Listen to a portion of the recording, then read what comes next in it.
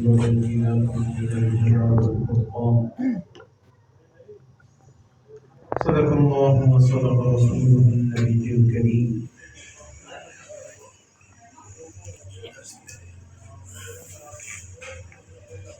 پہلے نمبر پر تمام گھر والوں کو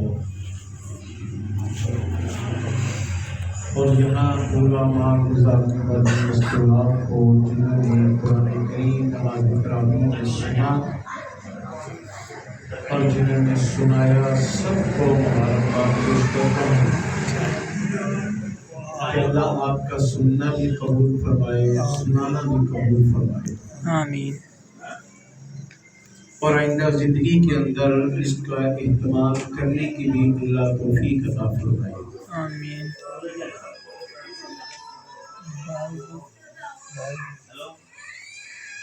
اور قرآن کا شوق ہر آنے والے دن میں پہلے سے زیادہ ہمارے دلوں میں اللہ پیدا فرمائے، آمین۔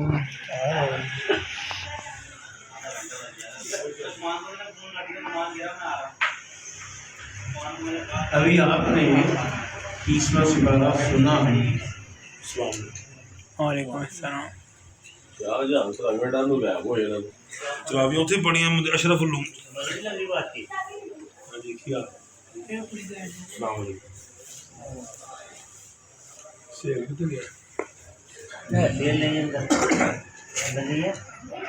انیسویں رکعت میں ہو سکتا آپ نے یہ سورۃ ناس سنی ہوگی۔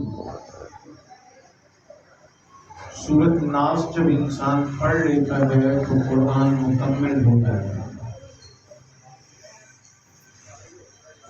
مگر 20ویں رکعت میں حافظ صاحب نے، قاری صاحب نے جنہوں نے قرآن سنایا، تکبیر ہوئی، الف لام میم سے پھر شروع کر دیا۔ اس کا مطلب کیا ہے؟ اس کا مطلب یہ ہے کہ اے مسلمانوں، تمہاری زندگی قرآن کے ساتھ جڑی ہوئی ہے، ایک لمحے میں بھی تم قرآن سے جدا نہیں ہو سکتے۔ والناس ہوئی، پھر الف لام میم سے دوبارہ سٹارٹ ہو، یہ مکمل ہوئی، پھر اس کو شروع کرو۔ ایک وقت بچپن کے اندر دیکھا ہم نے، ہمارے گھروں سے قرآن کی آوازیں آیا کرتی تھی، جب کوئی صبح کے ٹائم اندھیرے میں فجر کی نماز پڑھنے کے لیے نکل رہے ہوتے تو اس وقت مستورات گھروں میں قرآن کی تلاوت کیا کرتی تھی۔ مرد حضرات مسجد میں نماز پڑھتے تو وہاں قرآن کی تلاوت کرتی، ایک سلسلہ، ایک ماحول اس وقت بہت زبردست تھا۔ آج وہ ہمارے گھروں میں ماحول بھی ختم ہو گیا، اور نوجوان کا اور یہ بڑے انسانوں کا مسجد میں بیٹھ کر قرآن پڑھنے والا ماحول بھی ختم ہو گیا۔ آج وہ وقت ہے جب صبح کو اذان ہوتی ہے تو کوئی قسمت والا اٹھتا ہے تو نماز پڑھنے کے لیے چلا جاتا ہے، مگر نہ گھروں کے اندر صبح کے ٹائم سب سوئے پڑے ہیں، مستورات بھی سوئی ہوتی ہیں اور مرد حضرات بھی سوئے ہوتے ہیں، الا کوئی بیمار ہے تو جاگ رہا ہوگا، یا جس کے دل میں نماز کی چاہت، الفت، محبت ہے تو وہ اٹھتا ہے تو چل پڑتا ہے، چلو۔ مگر نہ قرآن کا ماحول ہمارا وہ نہیں رہا۔ جیسے ہی رمضان شروع ہوتا ہے ہمارے گھروں میں ماحول آتا ہے، جیسے ہی رمضان جاتا ہے ماحول بھی ساتھ ہی چلا جاتا ہے، کوئی نہیں رہتا، کوئی نظر نہیں آتا۔ کیوں؟ اس کی وجہ کیا؟ قرآن کوئی تبدیل ہو گیا یا ہم تبدیل ہو گئے؟ کہنے کو ہم وہی مسلمان ہیں جو 70 سال پہلے اس وطن کے اندر آئے، یہ وہی کتاب ہے جو 70 سال پہلے ہمارے پاس تھی، آج بھی ہے، پھر تبدیلی کس چیز کی آئی؟ ہمارے اندر تبدیلی آئی اغیار کی نقل مکانی کرنے سے۔ ہم نے ان کی نقل کو اپنانا شروع کیا، اپنی اصلیت ہم کھو بیٹھے۔ کوئی بھی انسان جب دوسرے کی نقل کرتا ہے، اور بالخصوص ایسے انسان کی جس کا نہ تمہاری برادری سے تعلق ہو، نہ تمہارے ایمان سے تعلق ہو، نہ تمہارے وطن سے تعلق ہو، اس کی جب ہم نقل کریں گے، ان جیسے بنیں گے، تو وہ ہم سے وہ چیزیں چھینیں گے جو ہماری اچھی چیز ہوگی، اس کے اندر کیسے ختم کی جائے۔ اور انہوں نے ہمارے اندر جو سب سے اچھی چیز تھی، مسلمان کے پاس اخلاق تھا، محبت تھی، چاہت تھی، الفت تھی، قرآن ہماری زبانوں پر سرعام تھا، ہر بزم کے اندر قرآن، ہر گھر کے اندر قرآن، ہر محفل میں قرآن، وہ ساری چیزیں آہستہ آہستہ کر ہم چھین لیے۔ اب ہماری زبان پر محبت کا نام آتا ہے، مگر دل میں اور دماغ میں محبت کہیں نہیں نظر آتی۔ الفت کا نام آتا ہے زبان پر، مگر دل میں کسی خانے میں الفت نظر نہیں آتی۔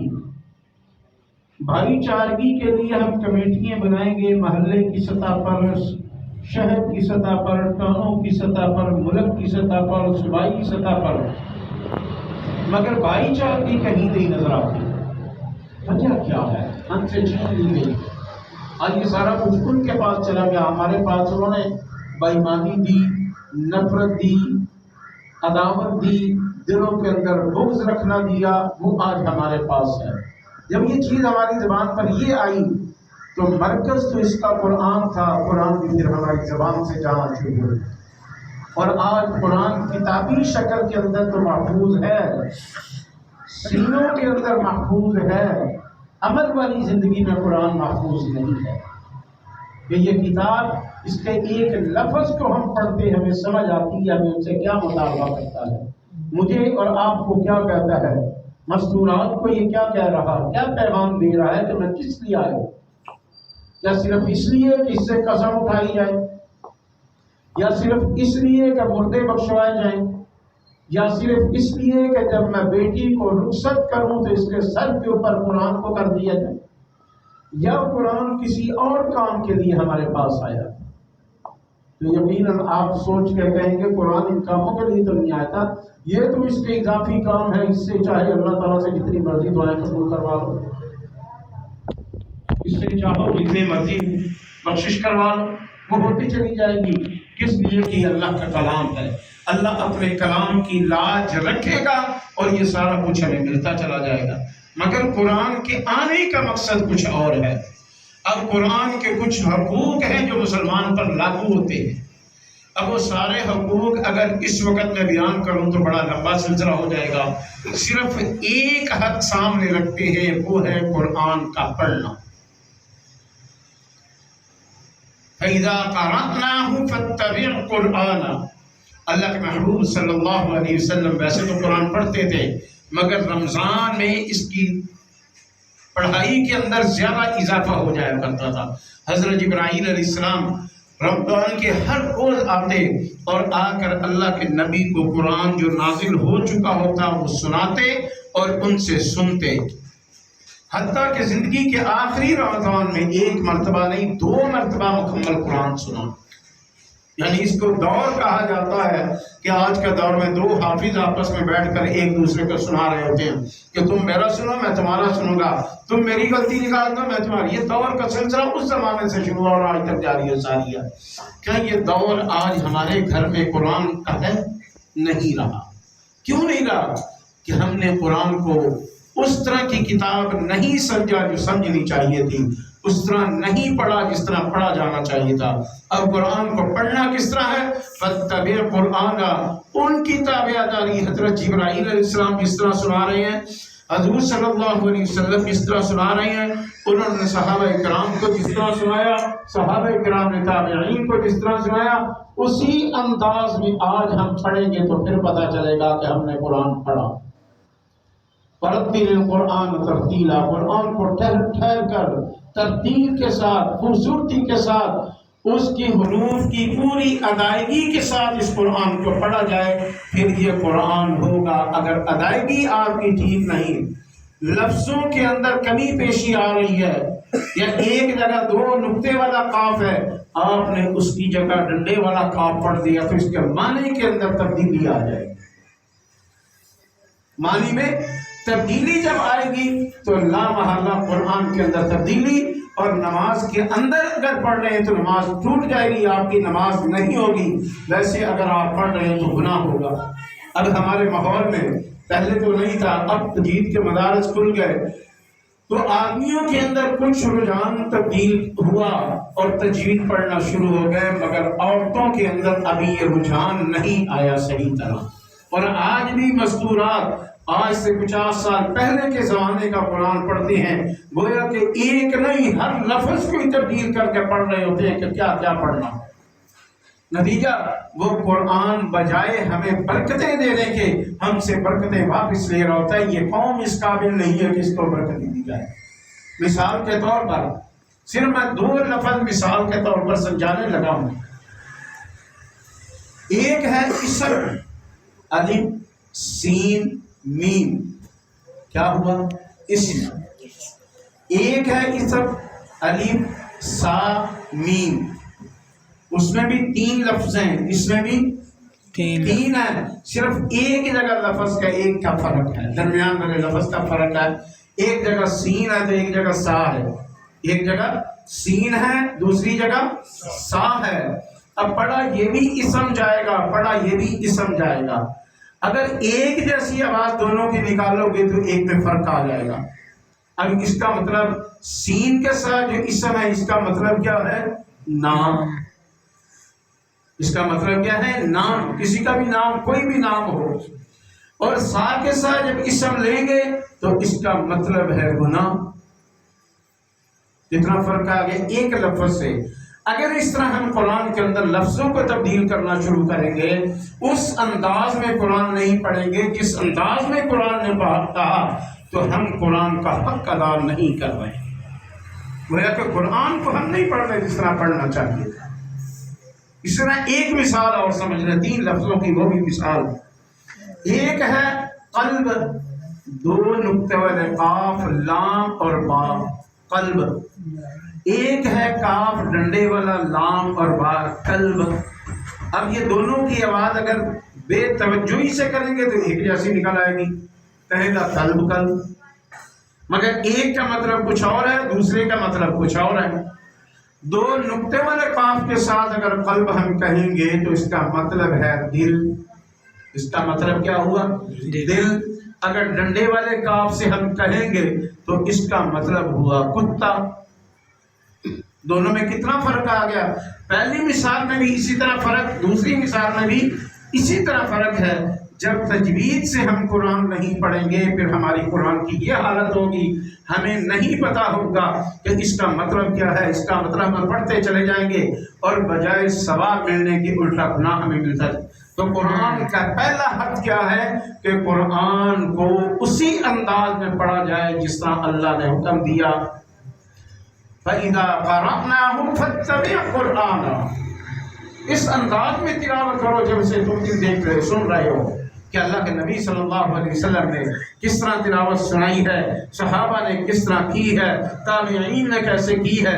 اسی رنگ کے اندر اگر ہم قرآن کو لے کر آئیں گے تو پھر یہ قرآن رہے گا، مگر نہ ہمارے جیسا ہو جائے گا۔ ہم کہیں گے ہم پنجابی کے اندر قرآن پڑھتے ہیں، عربی میں نہیں پڑھتے۔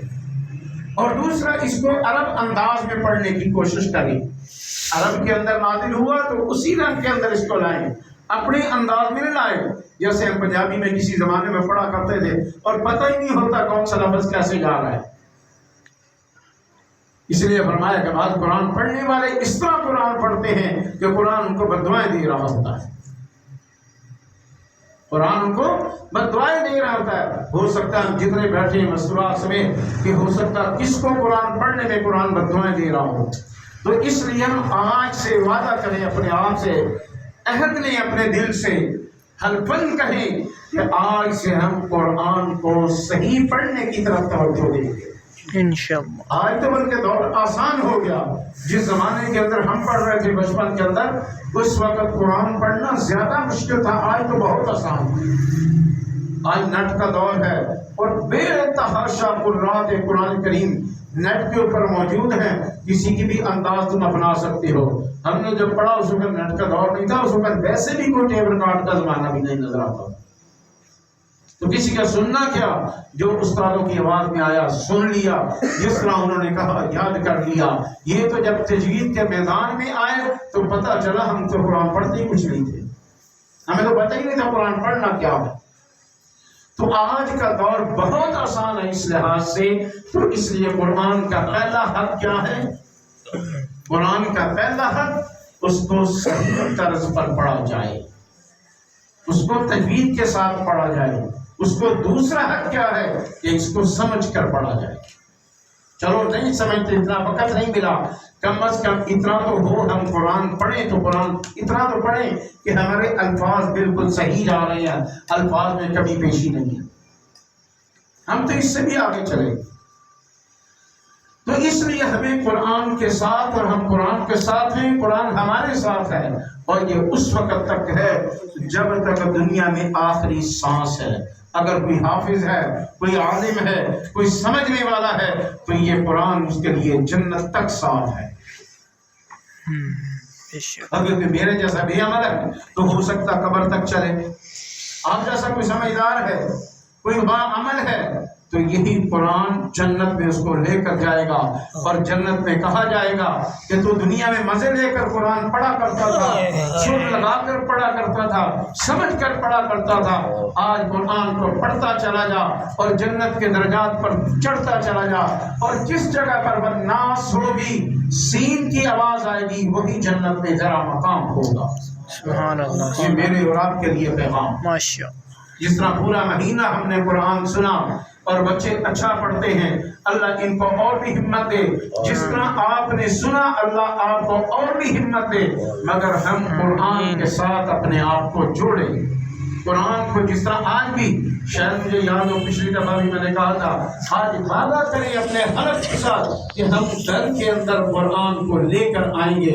آج ہمارے گھر میں قرآن کی ضرورت ہے کہ گھر میں پڑھا جائے۔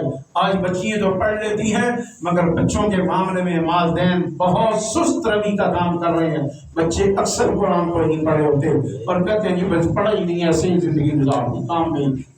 یہ بہت بڑا ظلم ہے۔ پھر کہتے ہیں ہم بوڑھے ہو گئے، اب کیوں قرآن پڑھ سکتے ہی نہیں، تو اب کیا کریں ہم؟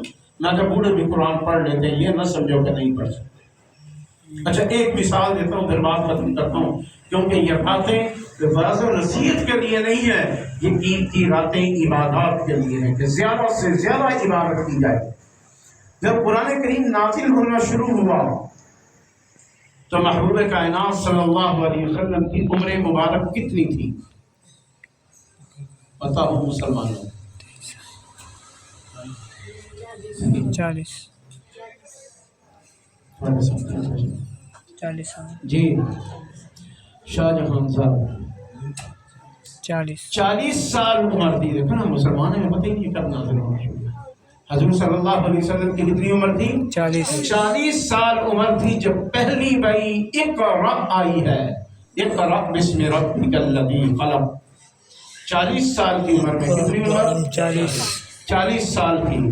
اب 40 سال کی عمر کا بندہ جوانی میں ہوتا ہے یا بڑھاپے کی طرف جا رہا ہوتا ہے؟ بڑھاپے کی طرف جا رہا ہوتا ہے۔ اور سیدنا صدیق اکبر رضی اللہ تعالیٰ عنہ کی عمر محبوب کائنات صلی اللہ علیہ وسلم سے 2 سال کا فرق ہے، 2 سال چھوٹے۔ قرآن نازل ہو رہا ہے اور یہ جوان یاد کر رہا ہے۔ اللہ کے نبی تو اللہ تعالیٰ خود ہی یاد کروا رہے تھے، مگر سیدنا صدیق اکبر، سیدنا فاروق، سیدنا عثمان، یہ سارے اور کئی صحابہ جن کی عمر 40 سے بھی زیادہ تھی، وہ اس زمانے میں قرآن حفظ بھی کر رہے تھے۔ صاحب ادھر نازل ہوتا، ادھر یہ زبانی یاد کر لیتے، تو بوڑھوں والا کام کہاں سے رہتا؟ چلو کہو کہ وہ تو نبی کا زمانہ تھا، نبی کے قدموں میں بیٹھتے، نبی کا چہرہ انور دیکھتے، ان کے سینے کشادہ ہو جاتے، آنکھیں کھل جاتی، وہ قرآن خود بخود سینے میں محفوظ ہونا چلا جاتا، برکتیں ملتی۔ آج کے دور میں یہ نہیں ہوتا۔ میں کہتا ہوں آج کے دور میں بھی ہوتا ہے، آج کے دور میں بھی ہوتا ہے، کیوں نہیں ہوتا؟ اچھا اللہ ایک بات کہہ دی وہ سچ ہے کہ نہیں؟ اللہ کہے کہ یہ کام ہے تو پھر ہم کہیں گے نہیں ہو سکتا۔